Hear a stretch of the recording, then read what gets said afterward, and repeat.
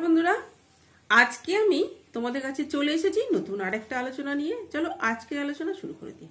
প্রথমে বলি, আজকের আলোচনার বিষয়টা হলো মানুষের মধ্যে কি কি দোষগুণ থাকলে মানুষ কখনো সুখী হতে পারে না, সেই মানুষটি কখনোই সুখী হতে পারে না। তো আমাদের মধ্যে কি কি দোষ থাকলে বা গুণ থাকলে সেটাকে আমাদের পাল্টাতে হবে। সেই জন্যই আজকের আলোচনার বিষয় হলো মানুষকে সুখী করার জন্য এবং সেই দোষগুলোকে তাড়ানোর উপায়। তো প্রথমে বলি, যেসব ব্যক্তি দেখবে সব সময় রেগে যায়, কারণেও রেগে যায়, অকারণেও রেগে যায়। তো এই কারণে অকারণে যারা রেগে যায় তারা কিন্তু কখনো নিজে সুখী হতে পারে না। অনেক মানুষ আছে, তাদের সাথে কথা বলার চেষ্টা করলেও সেই তাদের রাগের জন্য তাদের সাথে কেউ কথা বলতেও সাহস পায় না, এবং কথা বলতে সাহস পায় না দেখে তাদের মনের কথা মনের মধ্যেই থেকে যায়। তারা লোকের সাথে ভালোভাবে মিশতে পারে না, যার জন্য তারা কিন্তু নিজেরাই খুব নিজের মনের মধ্যে কখনোই তারা সুখী হতে পারে না, কারণ তারা গুমড়ে গুমড়ে শেষ হয়ে যায়।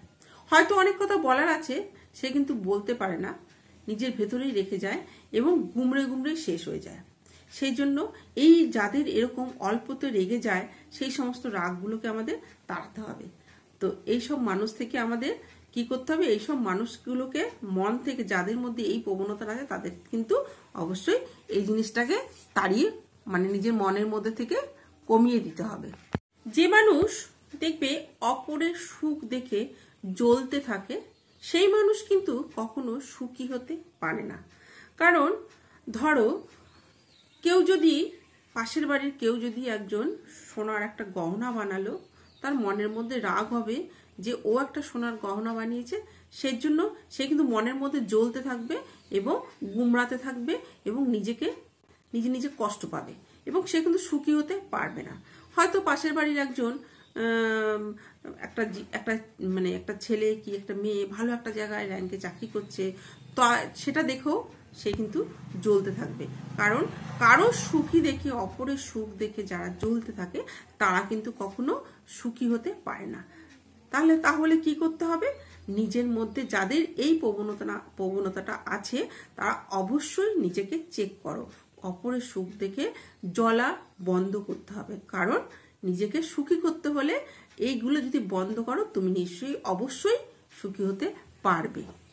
সন্দেহকারী ব্যক্তিরা দেখবে সব সময় সন্দেহের চোখে দেখে। কোনো বিষয়কে নিয়ে এরা যদি সন্দেহ করতে থাকে, সেই বিষয়টাকে নিয়ে ভেতরে ভেতরে চিন্তা ভাবনাও করতে থাকে এবং চিন্তা ভাবনা করতে করতে সে নিজে অসুস্থ হয়ে পড়ে বা নিজের মধ্যে একটা অস্থিরতা সৃষ্টি হয় এবং কখনো সে সুখী হতে পারে না। তাই সন্দেহকারী লোক যদি কারোর প্রবণতা থেকে থাকে তাহলে সেটাকে দূর করতে হবে, কারণ নিজেকে সুখী করতে হলে এগুলো ভাই আনা চলবে না। অনেক মানুষ আছে দেখবে তারা অপরের সাহায্য ছাড়া চলতে পারে না। কখন কি সাহায্য করবে সেরকম মানুষ কিন্তু অনেক আছে।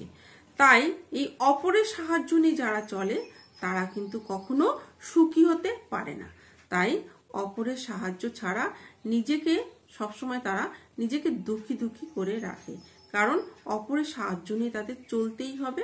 তাই জন্য সে সবসময় দুঃখী থাকে, তাদেরকে কখনো সুখী করা যায় না। তো আমাদের মধ্যে এইসব দোষ গুণ যদি থাকে তো অবশ্যই আমাদের সেটা চেঞ্জ করতে হবে।